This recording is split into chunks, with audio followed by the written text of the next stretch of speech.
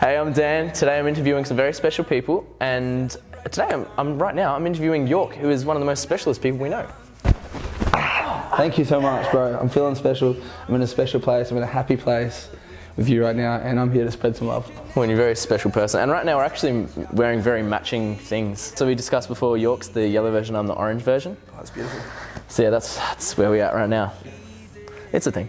You know what I mean? It's a thing. Not trying to be rude, but it's a thing. Dude, you could never be rude. Thanks, bro. You know what I mean? Even if you were rude, I'd take it in a loving way. Obviously, you can be perfect because I couldn't be rude to you. You're perfection. I couldn't be rude to you, dude. Oh, thanks. Sorry. Look at that beautiful smile. Sorry. Oh. Take it easy. York, tell us a bit about yourself. What do you do? What do you make? What do you like? Okay, cool. What I do what the hell I want, bro. No, but seriously, I'm trying to be liberated, like, you know, and just free. And I think I've lived like a life, you know, I used to do sales. I did sales like all the way up to the age of, I was like 24. And then like, so I'm 25 now. At the age of 24, I was like, ended up doing a full-time job. Got a full-time sales job. It was like that perfect job that, you know, that mum was like, yeah, you know, you're gonna have security, financial security, all those things. And I was like, yeah, I've achieved it. And I finally committed to the money side of things because I'd done sales for years and never really committed to the money. It was more like I was enjoying the sort of like the social aspect of the job. And then finally committing to the money, I'd finally realized that that's actually not what I wanted. Like, it took me fully committing to money to realize, like, oh, this is definitely not what I actually want. Quit my job, full-time job at Harvey Norman, started busking and just trying to pursue music full-time, bro. So now I make music. Like, I've been playing like guitar since I was like 15, but just mucking around. But yeah, the last year going pretty ham, busking, trying to write songs, trying to record stuff, get decent quality stuff out there, and yeah, just I guess try and be financially sustainable through being creative. I mean, that's definitely like the top tier, hey, and not having to like suffer through the grind. Like, I'm doing music, like I'm writing music, like just with my acoustics, sort of trying to make magic. And as I was saying to you before, I like to just be sort of minimalistic about it. Like, I like to just have a guitar and just my voice and try and make that amazing. And then also I do like a little podcast as well, which I'm just trying to shine a spotlight on like other Adelaide artists out here. Because I just believe massively in like giving value back. You know, I even think on a business level, it's just the smartest way to go about it. Just help people out, just provide value, and it comes back to you. Know, get those karma points coming, bro. You know what I'm saying? That karma juice flowing, bro. Are you on gold status right now? Have you karma points? Take it easy. Take it easy. Take it easy. Take it easy. What are you inspired by musically? Probably like one of my biggest influences would have been like Jeff Buckley.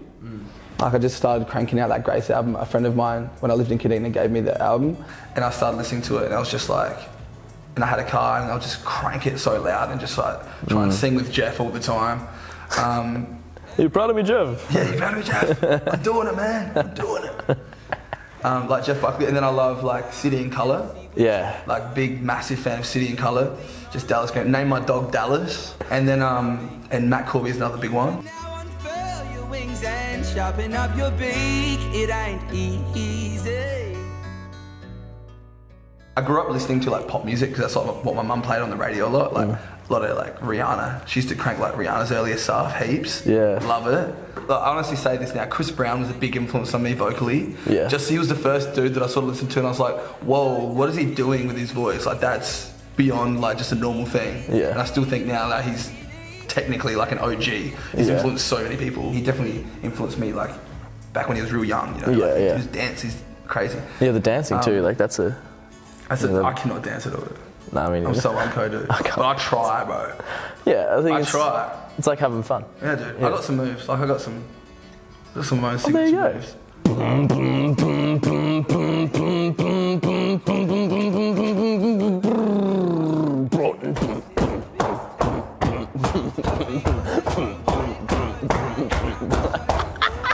I think I farted a little bit too. Sorry. The Broughton. Broughton stuff. I could have rebranded that. Ain't been easy. It ain't easy. I can really feel you like you're at 100. You know what I mean? Like every time I see him, just like, yeah, York's in the zone. He's doing it. Thanks, So I'm very stoked to be seeing it. Thanks, bro. Hey, just before you talked about coming down here to do a hardcore show, but in terms of like you performing as York, what kind of experience do you have like playing shows and stuff like that? Well, I started I'd done a few little sort of just pub shows in Port Pirie. Like I'd always just done like a few little shows here and there. But then I'd sort of moved to Adelaide, and then I started doing it because I quit my job, like I said, full time. So I started going to, and I didn't have any connections in Adelaide, because I'm not from here. So I moved to, so I was in Adelaide. I started going to just all the pubs, basically walking around with my guitar in Adelaide, being like, can I just do a audition for you guys, play them a song, and just be like, hey, can you book me for a show?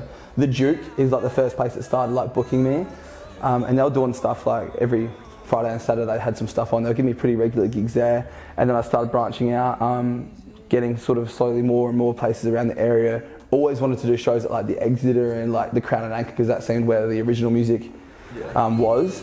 But I was doing heaps of cover stuff. I was doing I had 4 hours worth of covers because I still needed to make money, and I was making my whole living off music, right? So I was doing lots of cover shows. But what I've done recently, I've been gigging pretty flat out for the last year and a half, giving me an edge because as a performer, I'm just constantly putting myself out there and refining, my skills out there. And I think you can't underestimate the power of that experience of just doing shows, getting good at working with a crowd, just tackling those nerves so that when you get a big show or something that's more significant, you feel comfortable, it's like, Probably the biggest show I've done so far is I opened up for Tucker, which was like the power of social media, and he's like the guy from Fundamentals, right, one of the rappers, which was crazy.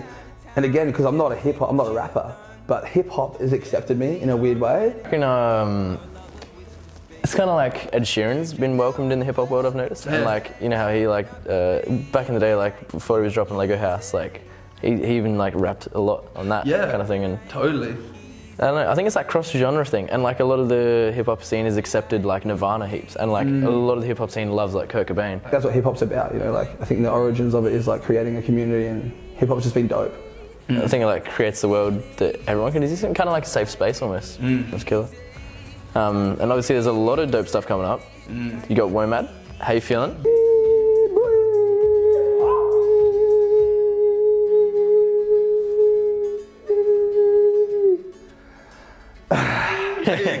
That's sick. You got this one force over here, WOMAD, and then Northern Sound System, and they're coming together. Yeah, bro. Dude, I've never been to WOMAD.